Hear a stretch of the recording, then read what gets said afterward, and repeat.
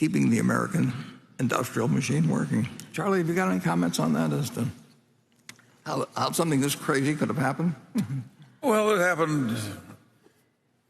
It's almost a mania of speculation that we now have. We have computers with algorithms trading against other computers. I got some advice for you, too.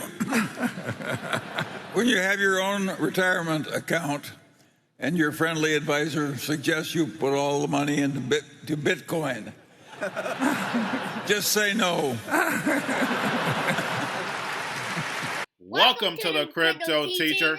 And guys, I come back with that video just to make you think. And we have Warren Buffett and Charlie Munger at it again about Bitcoin. For those who understand the history of Berkshire Hathaway, you understand. And then also those who have the history of Warren Buffett, we understand. We know the Moody's fraud that he did, that was a part of the housing crisis. If you don't understand the NWO's puppets history, you'll fall for it every time. You have two old wealthy men, and everybody's going to believe everything they say, when they are clearly not telling you the truth. Bitcoin and cryptos are for the fourth industrial revolution, and they dare not to speak of it. We know Warren Buffett is invested in the fourth industrial revolution. Fintech banks, we also know Bill Gates, Microsoft, all these big corporations are funding cryptos and blockchain. It's not like we can't see it. But they know the people who watch Warren Buffett and Charlie Munger, just watch them for their word, not big investors, just the regular retail investor are going to take their advice because they are sheep. And Charlie Munger admitted the truth just now. Bitcoin undermines the Federal Reserve System.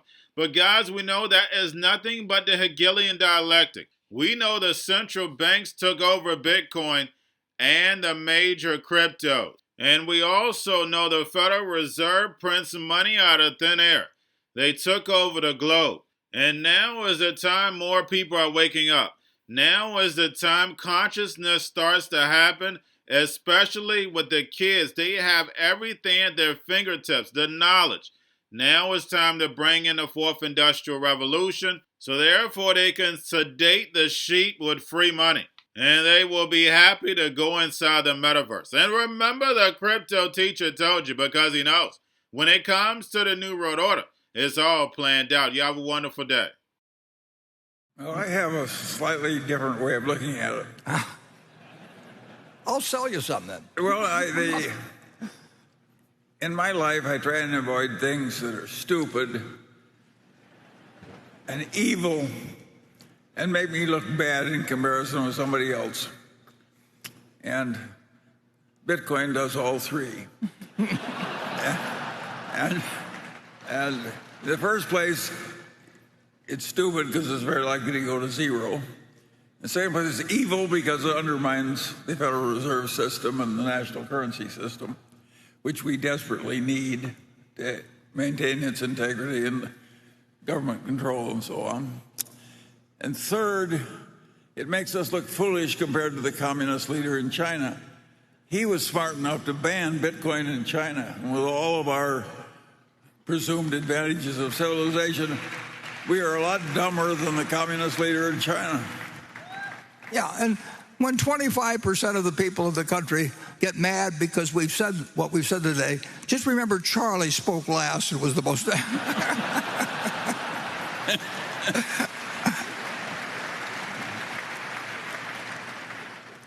The one development that I really do think is actually important, but I don't know any way to do anything about it. But my general sense, and there's no way to prove it, but I essentially believe people are now behaving somewhat more tribal than they have for a long time.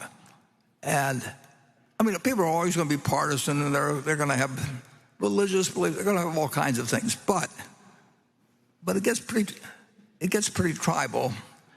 And I want to tell you, I speak from experience because I've been tribal. And we're confessing today. And Nebraska football is tribal. And when I watch a television set and I see our guys Nebraska step out of bounds by a foot, but somehow the ref misses it and calls it in, and then they show 6 replays, I'll continue to believe it was in, even though it's right in front of my eyes. They stepped out. That's tribal behavior. And it's fun. I mean, to participate in. But it can get very dangerous when one group of people say 2 + 2 is 5, and another say it's 2 + 2 is 3, and they're going to give you those answers if you call them. And the interesting thing is, to me, at least, and partly because of my age, but I actually think that, just from memory, that the last time that the country was seen as tribal was actually when I was a kid and Roosevelt was in. Either you hated Roosevelt or you loved him. I mean, nobody cared about the fact Alf Landon was running or Wendell Willkie was running against him.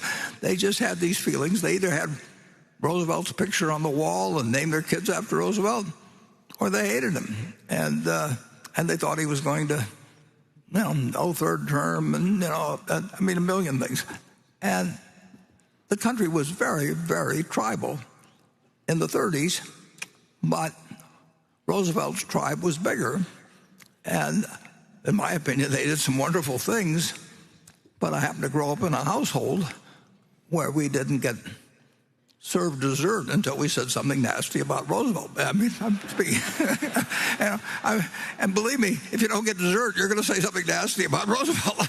And so you trained them young, and all kinds of things. And so I think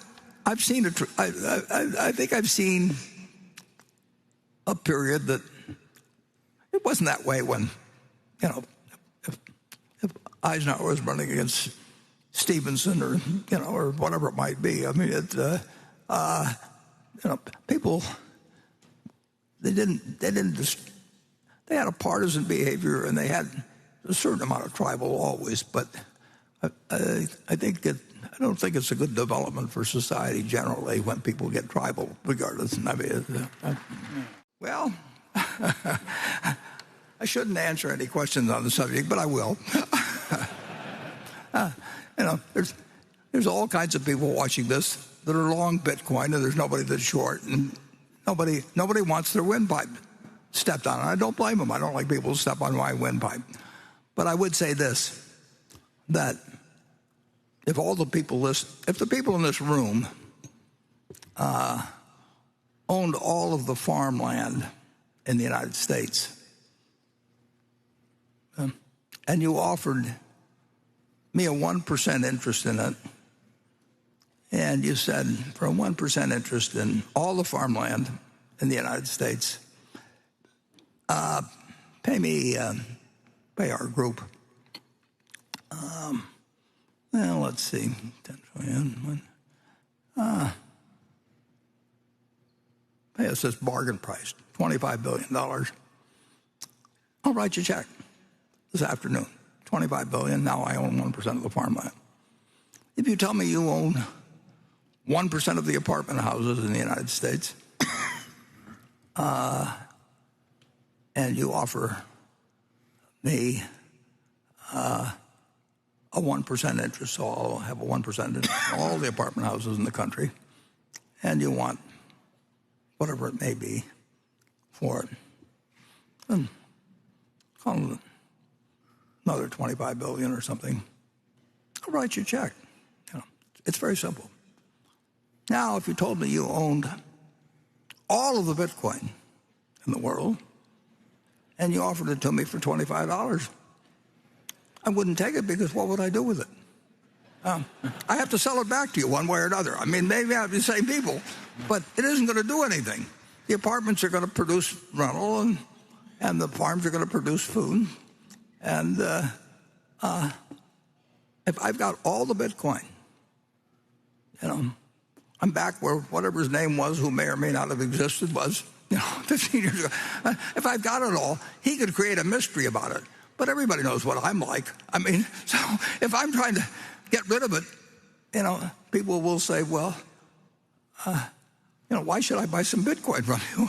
I mean, why don't you call it Buffett coin? Make your own or something. What? Do something. But I'm not going to give you anything for it.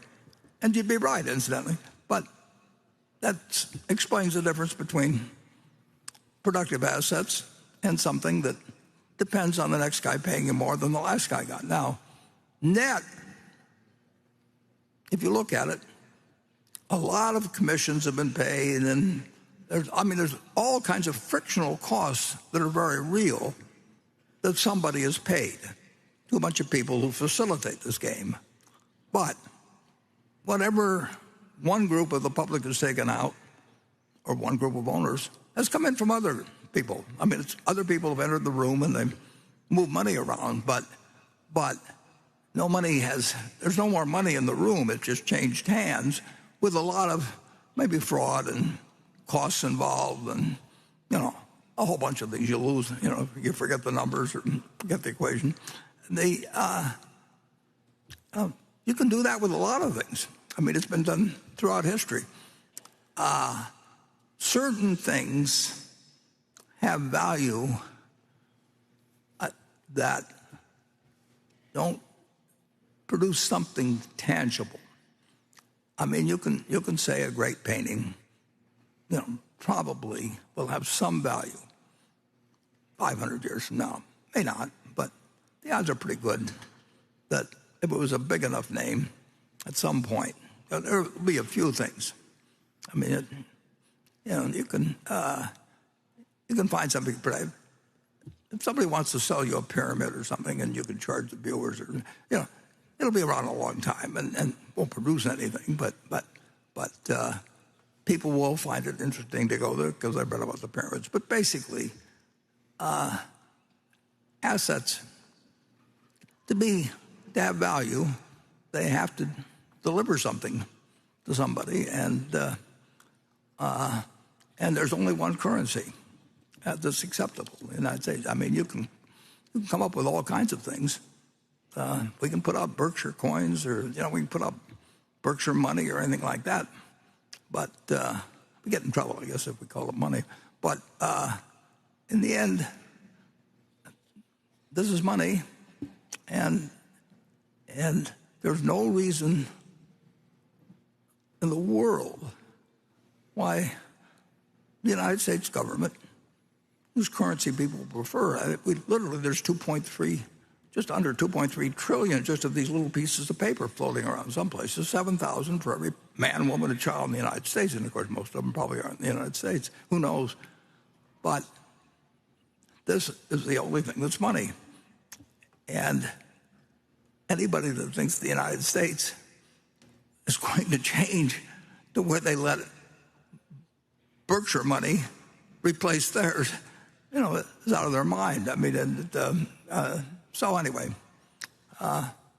with those few deficiencies, you can, whether it goes up or down in the next year or 5 years, 10 years, I don't know. But the one thing I'm pretty sure of is that it doesn't multiply, it doesn't produce anything. It's got a magic to it, and people have attached magics to lots of things. I mean, the gold on Wall Street, create magic. We are not an insurance company; we're a tech company. Well, they're an insurance company, but a dozen people or so have raised a lot of money. They just say, just don't pay any attention to the fact that we sell insurance.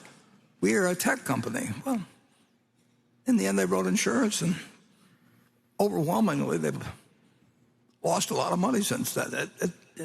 You can make up things that work well in getting money from other people, and that's why.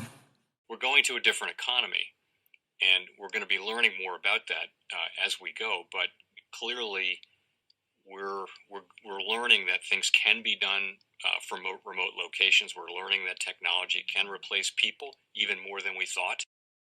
We're not going back to the same economy. We're recovering, but to a different economy, and it'll be one that is more leverage to technology, and I worry that that is going to make it even more difficult than it was for many workers. In Silicon Valley, and my friends who work in technology know that what we did to the manufacturing workers, we are now going to do to the retail workers, the call center workers, the fast food workers, the truck drivers, and then even bookkeepers, accountants, insurance agents, lawyers, and on through the economy. So what happened to the manufacturing workers is a very clear sign. This effort. And China has big plans for this. They intend to seed their digital yuan into the global environment by giving it away to visitors at next winter's Olympics. When they arrive at the airport, they're going to get yuan digital wallets. They're going to receive digital yuan. They're going to use it throughout their visits to Beijing, and then they're going to take it back to their home countries. They see this as a huge advantage. Why? Because who controls the underlying protocols, who controls the underlying standards of the future of money will control the future of money.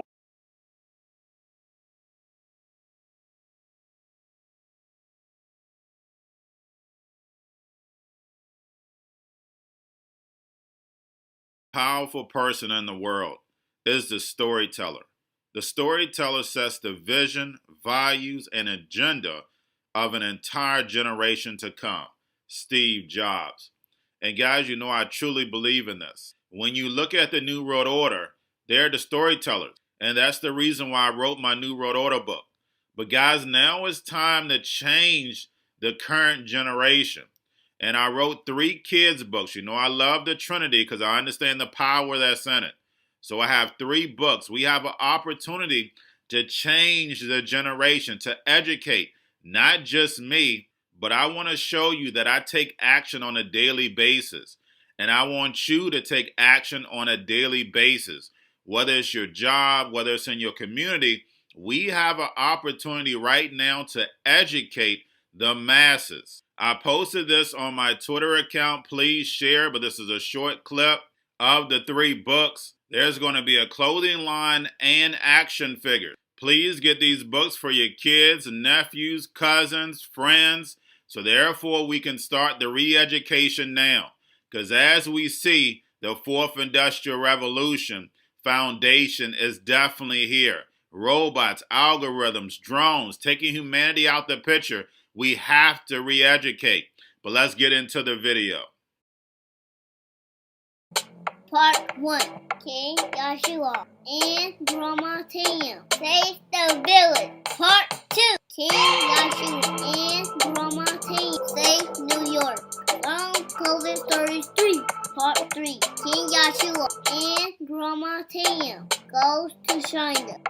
It's mandatory to get part 1, part 2, and part 3 of this series. It's time to re-educate Generation Z.